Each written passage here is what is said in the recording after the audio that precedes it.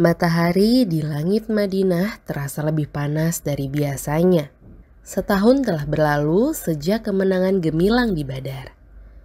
Tetapi kaum Quraisy tidak melupakan luka yang mereka derita. Kekalahan mereka telah menjadi aib yang membakar harga diri mereka. Dengan dendam yang membuncah, mereka bersumpah untuk membalas kaum muslimin. Di Mekah, persiapan dilakukan dengan matang. Dana perang dikumpulkan dari keuntungan perdagangan, senjata dipersiapkan, dan pasukan disusun lebih kuat dari sebelumnya. Kini, dengan 3.000 prajurit bersenjata lengkap, mereka bergerak menuju Madinah. Di sisi lain, Rasulullah Shallallahu Alaihi Wasallam mengumpulkan para sahabat untuk bermusyawarah. Apakah mereka akan bertahan di dalam Mekah dan menjadikan kota itu sebagai benteng pertahanan?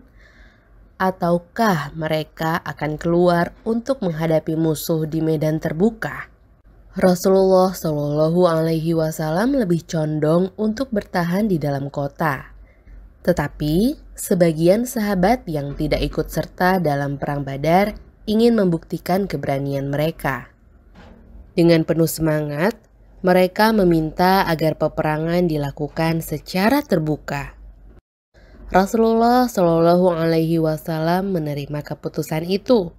Namun, sebelum berangkat, beliau menerima sebuah kasyaf, yakni sebuah penglihatan gaib dari Allah Ta'ala. Aku melihat seekor lembu yang disembelih, ujung pedangku patah, dan aku memasukkan tanganku ke dalam baju besi. Aku melihat diriku sendiri juga sedang menaiki domba jantan, kata beliau. Para sahabat bertanya tentang maknanya, dan Rasulullah Shallallahu Alaihi Wasallam menjelaskan bahwa lembu yang disembelih adalah tanda bahwa beberapa sahabat akan gugur.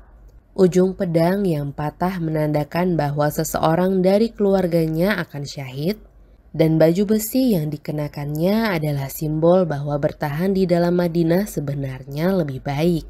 Peristiwa melihat diriku sendiri menaiki domba jantan berarti kita akan mengalahkan panglima kaum kufar, dan bahwa ia akan mati di tangan kita. Hadis riwayat Bukhari, Hisham, dan Tabaqat. Tetapi keputusan telah diambil. Tidak ada jalan untuk mundur. Mereka akan menyongsong pasukan Quraisy di luar kota Madinah. 1.000 prajurit Muslim berangkat dari Madinah. Tetapi dalam perjalanan, Rasulullah Shallallahu Alaihi Wasallam mencium pengkhianatan dari beberapa orang Yahudi yang ikut serta dalam pasukan. Dan Rasulullah meminta mereka pulang. Abdullah bin Ubay bin Salul, pemimpin kaum munafik, segera menarik kembali 300 pengikutnya. Dengan berbagai alasan, mereka meninggalkan Rasulullah Shallallahu Alaihi Wasallam. Meninggalkan pasukan Muslim dengan hanya 700 orang untuk menghadapi 3.000 pasukan Quraisy. Setibanya di Uhud, Rasulullah Shallallahu Alaihi Wasallam mengatur strategi. Beliau menempatkan 50 pemanah di atas bukit Uhud dan memberi mereka perintah yang tegas. Tetaplah di tempat kalian, apapun yang terjadi. Jangan tinggalkan bukit ini, baik kami menang maupun kalah. Dengan strategi ini, pasukan Muslim siap menghadapi musuh yang jauh lebih besar. Pertempuran dimulai ketika fajar menyingsing. Dua pasukan saling berhadapan. Pertempuran dibuka dengan duel antara para pejuang terbaik. Hamzah bin Abdul Muthalib, singa Allah, bertarung dengan keberanian luar biasa. Ali bin Abi Thalib dan sahabat lainnya pun bertarung dengan gagah berani. Tidak butuh waktu lama hingga pasukan Quraisy mulai terdesak. Melihat musuh mereka tercerai-berai, kaum muslimin mengejar mereka dengan penuh semangat. Namun di atas bukit Uhud, sebagian pemanah mulai goyah. Dari kejauhan mereka melihat kaum Quraisy melarikan diri, meninggalkan harta rampasan yang berlimpah di medan perang. "Kita sudah menang, untuk apa tetap di sini?" seru sebagian mereka. Meskipun pemimpin mereka memperingatkan untuk tetap di tempat, sebagian besar pemanah turun, meninggalkan pos yang seharusnya dijaga. Dan saat itulah Khalid bin Walid melihat celah itu. Dengan kecepatan luar biasa, ia memimpin pasukan berkudanya untuk berbalik menyerang dari arah belakang. Dalam sekejap, medan perang yang semula dikuasai muslimin berubah menjadi kekacauan.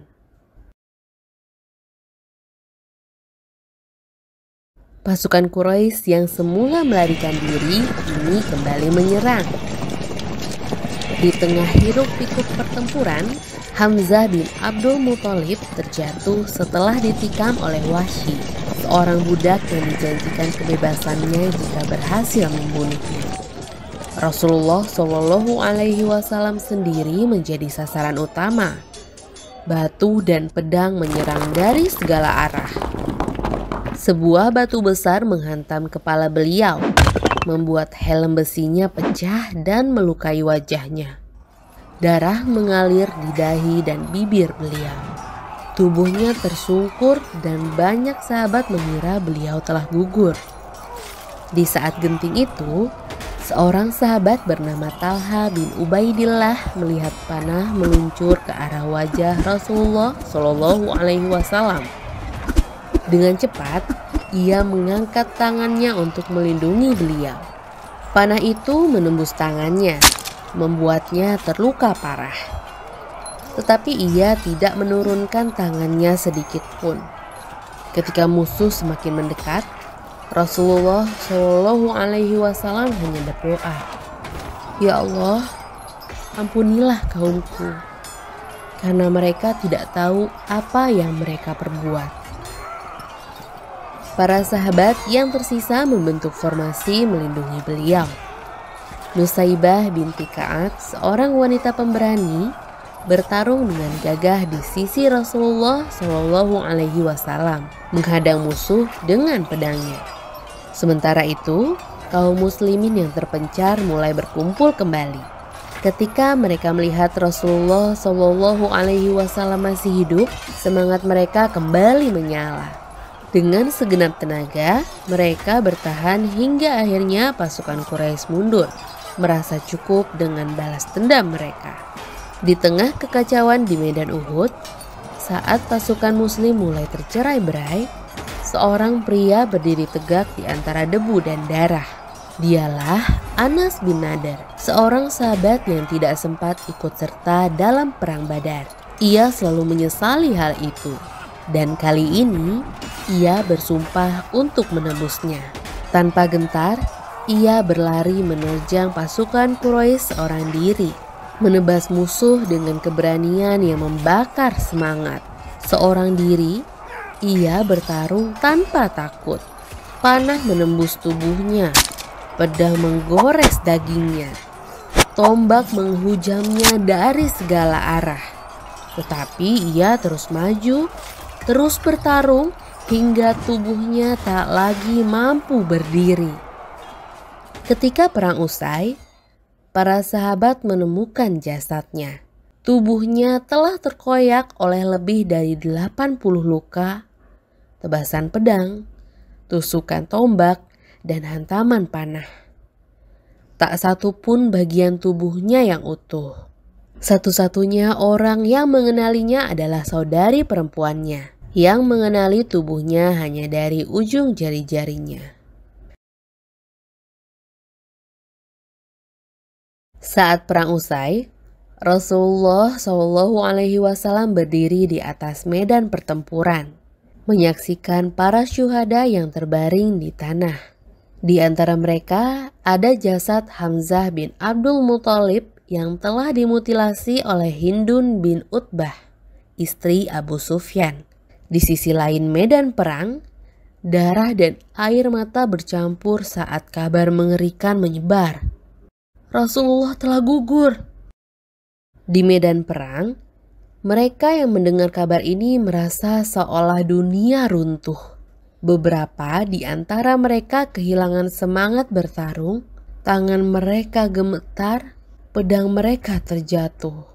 Tetapi ada juga yang justru semakin mengamuk, bertekad untuk bertempur hingga nafas terakhir.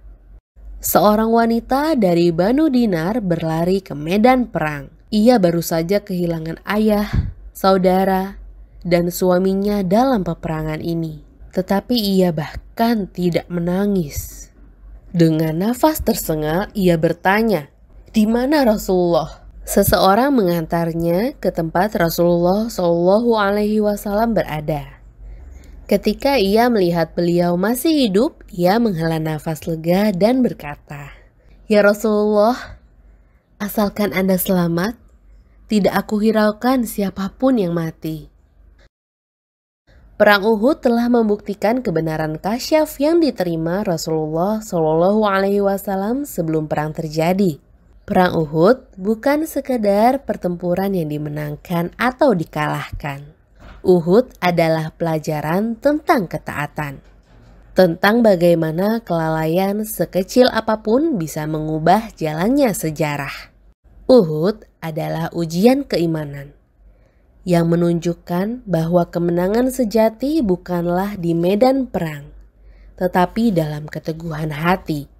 Dan Rasulullah SAW, meskipun berdiri dengan luka di tubuhnya, tetap teguh dalam misi kenabiannya.